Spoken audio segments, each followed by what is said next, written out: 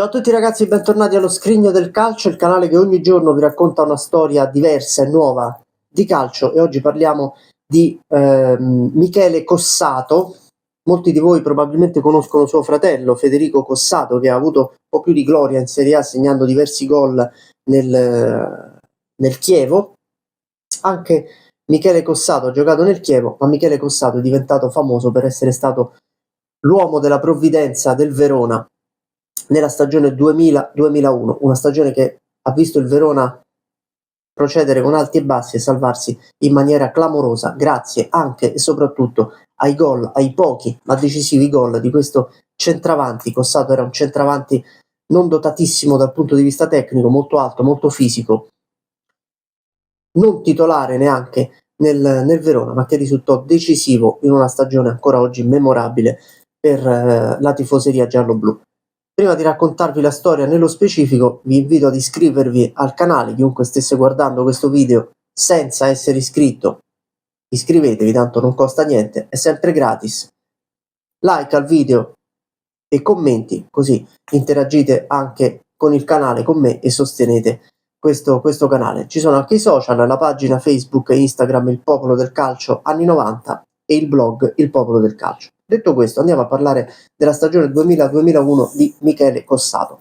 Michele Cossato è arrivato al Verona nella stagione precedente, nel mercato di riparazione della stagione precedente, 99-2000, che è un'ottima stagione per il Verona, che si salva con tranquillità e mettendo in mostra anche un bel gioco grazie alla guida dell'allenatore Cesare Prandelli. Non segna, gioca 6 mesi in Serie A, è il suo esordio nella massima serie, non fa gol, ma viene comunque confermato come attaccante di scorta per la stagione 2000-2001, in cui al Verona cambiano molte cose. Cambia intanto l'allenatore, che diventa Attilio Perotti, la squadra è leggermente meno brillante di quella precedente, sembra potersi comunque giocare alla pari la permanenza in Serie A, è invece una squadra che ha tante difficoltà soprattutto ad andare in gol, rimane invischiata nella lotta per non retrocedere. Arriva il primo gol in Serie A di Michele Cossato contro la Lazio, è una partita abbastanza particolare, abbastanza pirotecnica, finisce 5-3 per la Lazio. Cossato si toglie lo sfizio di segnare il suo primo gol in Serie A.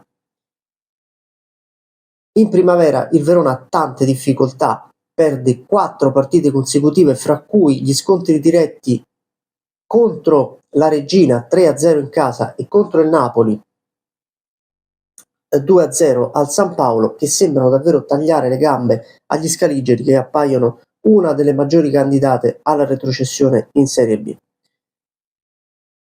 E poi sale in cattedra proprio Cossato. Il Verona si riprende, il Verona riesce a vincere le ultime partite.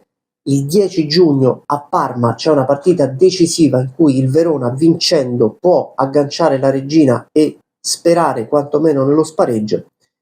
Il Verona segna, il Parma pareggia al 90°, un gol sotto misura di Cossato, entrato poco prima, decide Parma-Verona. C'è il boato dei tifosi gialloblu del Verona proprio dietro la porta in cui viene segnato il gol. Il Verona resta aggrappato con le unghie alla salvezza. La domenica successiva, ultima giornata, 17 giugno 2001, Verona-Perugia 2-1, segna ancora Cossato. Ecco, vi ho portato pure il gol, eccolo qui, Verona-Perugia 2-1.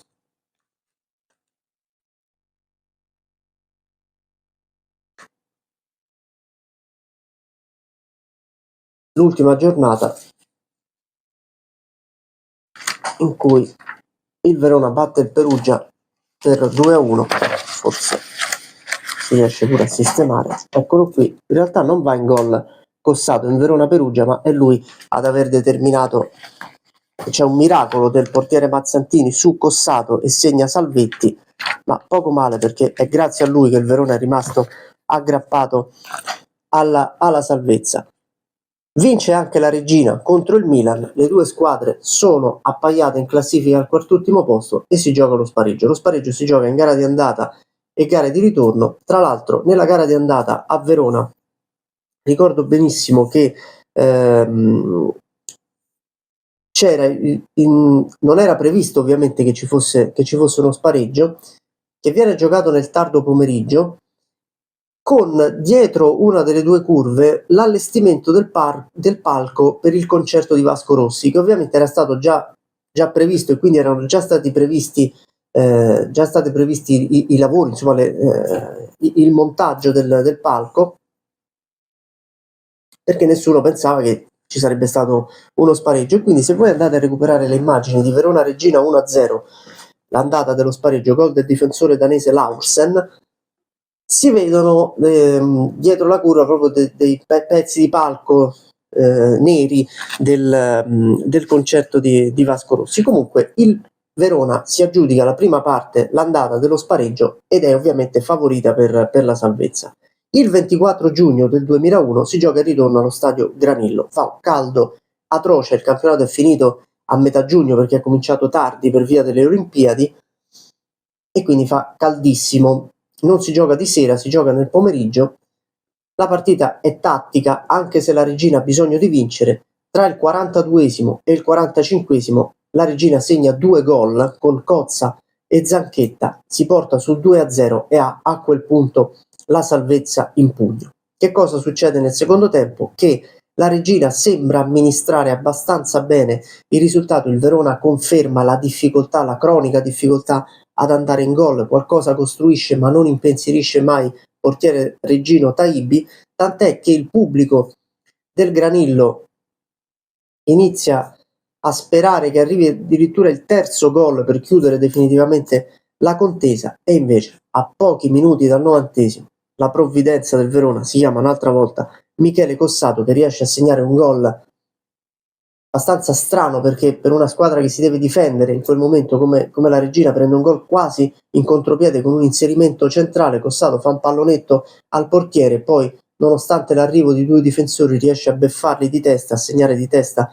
a porta vuota. Il Verona si salva, gli assalti della Regina nel finale non riescono a produrre nulla, finisce 2-1, c'è la regola dei gol in trasferta e il Verona, grazie all'1-0 dell'andata, riesce a salvarsi. Qui vedete c'è la pagina della Gazzetta dello Sport di lunedì 25 giugno del 2001, tutti i giocatori che abbracciano Cossato, eccolo qua, e questo è il gol di Michele Cossato che salva il Verona da una retrocessione che a un certo punto sembrava quasi inevitabile e che invece gli scaligeri riescono ad evitare grazie ai gol di un bomber di scorta, che non ha avuto poi particolare fortuna, anche successivamente è stato un buon attaccante di Serie B.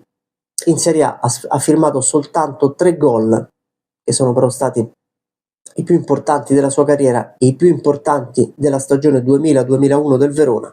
Il gol alla Lazio non tanto, il gol al Parma ha permesso ai gialloblu di rimanere attaccati al treno salvezza.